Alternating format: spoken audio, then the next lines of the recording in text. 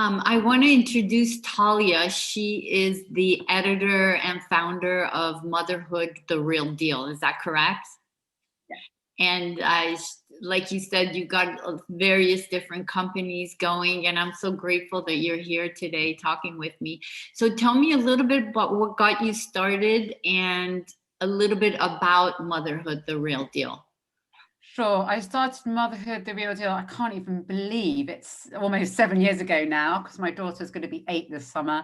And I started it. I had a bit of a strange entry into motherhood because at the time I was living in Singapore, and even then I had my own company, and I didn't have that whole. I mean, maybe it's similar to what you have in America, but it was very different to what we had in the UK. I didn't have a maternity leave. I literally had to pop my daughter out and be back at the helm of my company.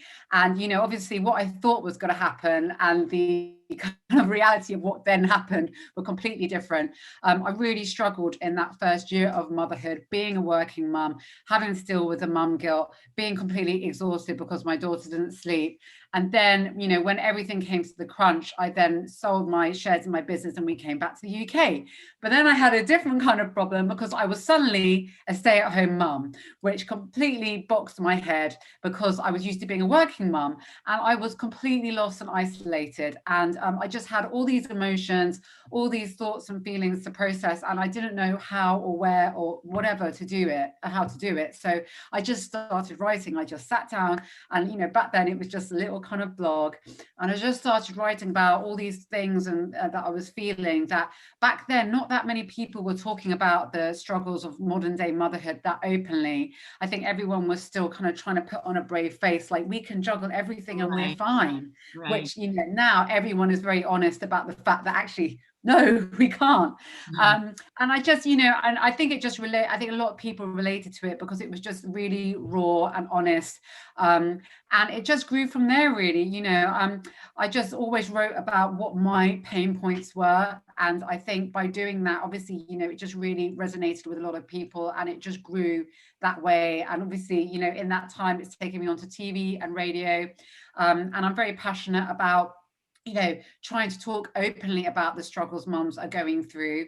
And, because I think once you realize everyone's going through it, you just feel so much better, but it's the silence that damages everyone. Right. Trying to put up that face like, yeah, we're the perfect family. Well, we weren't taught to be that, right? We were taught to, just show the good sides and not the ugly side.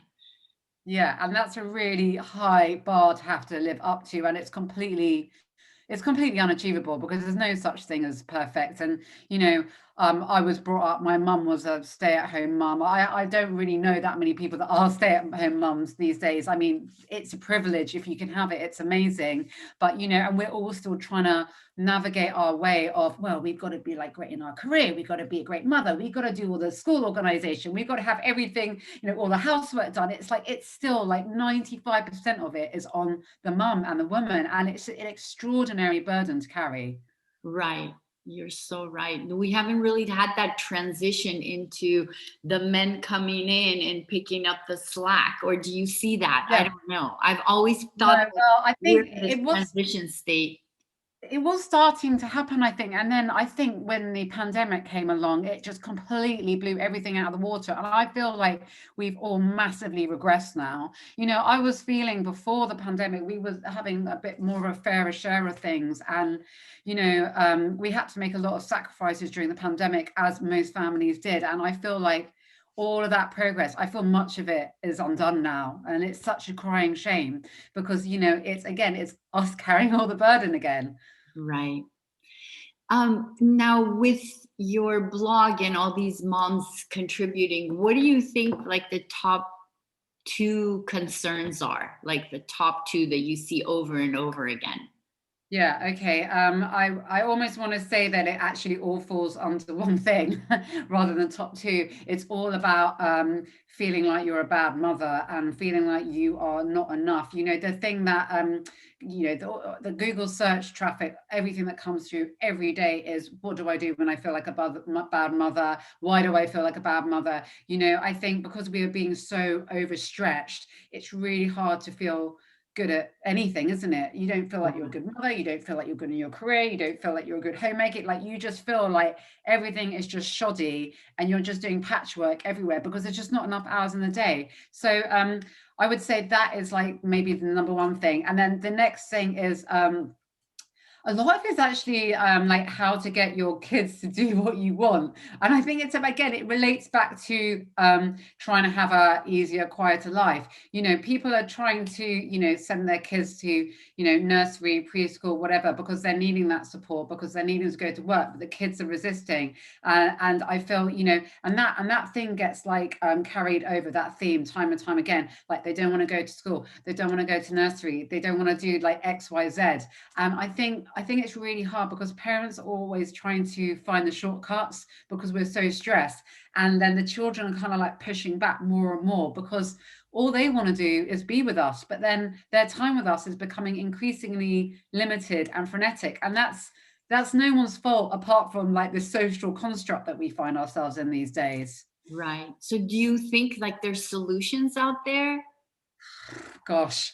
Well, I think, I mean, I don't know how it is in America right now. In the UK, I think the childcare provision is woeful. You know, we talked about shared paternity leave. I don't know if you have that in the States. Here we have a very kind of like limited shared parental leave. And then, you know, things like childcare being expensive. If you need to have like wraparound care, it's, you know, you have to pay for everything. And I think, you know, in the UK, we pride ourselves on being this really forward thinking country. You know, we're so commercial, yet how can we expect to be that way when we don't give our women the empowerment to then go out and work and do what they need to do and have their family supported with childcare? You know, it's just, I think a lot of it needs to come down from the government. I think companies, if they expect their staff to be putting in all those hours, if they want women to really truly progress, then they need to be supporting them. Obviously, some of the big companies like, you know, the Googles of this world, like they,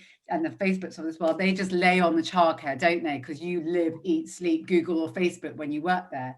But you know, that's like very far and few between in terms of companies. So I think, you know, I think more needs to be done at that higher level, because I think that with everything in life, right? It's like as an individual, you try and make the changes you can, but unless the stuff starts happening up there, it's really hard for us to make the change as well. Right, right. Do you feel like people are looking for alternative ways of dealing with stress, or is it still, I don't know how it is in England, like still with like medication for themselves and also like with ADHD and kids that are more like breath work and meditation, or is it more still with meditation versus medication? Yeah, I mean, it's interesting. There's been a lot in the news over the last year about how we're becoming increasingly medicated as a country in the UK, kind of, you know, following the sort of, you know, the US to us is known as being quite highly medicated, but we are starting to be not that far behind from it. And during the pandemic, that's become even worse because people couldn't go and see practitioners, you know, whether it's a GP or maybe they couldn't access someone holistically at the beginning because people were trying to get themselves online. So, you know, people were starting to, you know, just be like, well, okay, just give me a prescription. And I know a lot of people during the last year that have gone on to antidepressants because they just haven't been able to handle the sort of like sum of everything over the last year. I think, yes, there is definitely a movement towards using meditation. Breath work, I think, is still quite new, but I think we definitely have an over-reliance still here on the kind of I just want to say like the Western way of like medicine, as in, you know, you got a problem, you go to your GP. Obviously, I'm more of like, you got a problem, you try and fix it yourself, because I don't agree that, you know, the GP, our sort of general practitioners, have the answers. We have the answers ourselves. But I think we are still relatively new in that area. I think we still need to make a lot of progress, because I would say it's still a minority of people who are trying to help themselves with things like meditation and breath work and that kind of thing. Right. I wish we could all just slow down. It seems like the pandemic was, when it first hit, it was scary, but we slowed down and it was so nice. And now it seems like we've come to a place where it's even faster than before. Do you feel that way too? Oh, I feel that in every single cell of my body completely. I mean, I say to my partner almost daily, I miss those lockdown days because I feel like now it's like we're all scrabbling to play catch up and we don't actually even really know what's happening or what's around the corner, and it's really unsettling. And I myself feel really unsettled, even though I meditate and I do breath work. I almost feel like I must not be doing enough of it to try and counteract how I'm feeling right now, this kind of state of unease. What Yeah, do I you mean, think is the I cause don't know of what your to say. I unease? What don't do you think is the cause of your unease? know. I feel like it's because I feel like I've lost out over the last year. I should have done all these things. I haven't been able to. I, like everyone else, has been trapped. I feel like I'm itching to do new things and move forward, but can't really do it. And I feel like things should be better, but somehow they're not. And that kind of just sends my mind into a kind of state of careering craziness. Yeah, it's like we're I find myself like throughout the day I'm always thinking about what I need to do later, what I need to do tomorrow. I'm not where I wanted to be, you know, I'm not doing enough. And that's a shift in perspective, really, because where are we rushing to? I mean, what is all the rush? I don't, when you really sit back and think if we all slowed down, I don't I know. don't know, it's become so manic. And I think maybe during lockdown, I feel like maybe we were trying to like have some sort of control of over the situation. So we'd set ourselves like all these like mini projects and make little to-do lists and stuff for when we didn't really have anything to do. But I feel like that's kind of carried into life now, which we don't need that now. It's just adding to the stress, but we haven't been able to leave it back there. So I think it's just added to the momentum of everything. And at least that's what I feel like. Mhm. Do you have your daily rituals yourself? I do try to, if I get up early enough, because I don't set an alarm, I just wake up naturally. I would lie in bed and do my breathing and my meditation even before I get out of bed. And, I always do meditation and breath work before I go to bed. It's not a huge amount of time. It's like, 5 minutes, Yeah. maybe 10 minutes, but that's, better than nothing. I do my yoga. I always, if I feel like things are getting a bit kind of too crazy in my head, I go for a run. I'm due a run this afternoon, you can probably tell. And and I do a gratitude practice every evening, so I do all those things really religiously, but somehow, even with all of that, I feel like it is not enough right now, and Right. that is crazy. Yeah. Yeah, that is a lot. I mean, I think even 5 minutes of breathwork meditation makes a big difference. And sometimes people think, oh, I don't have 5 minutes. I mean, I don't have 10, 15 minutes, so they don't do it at all.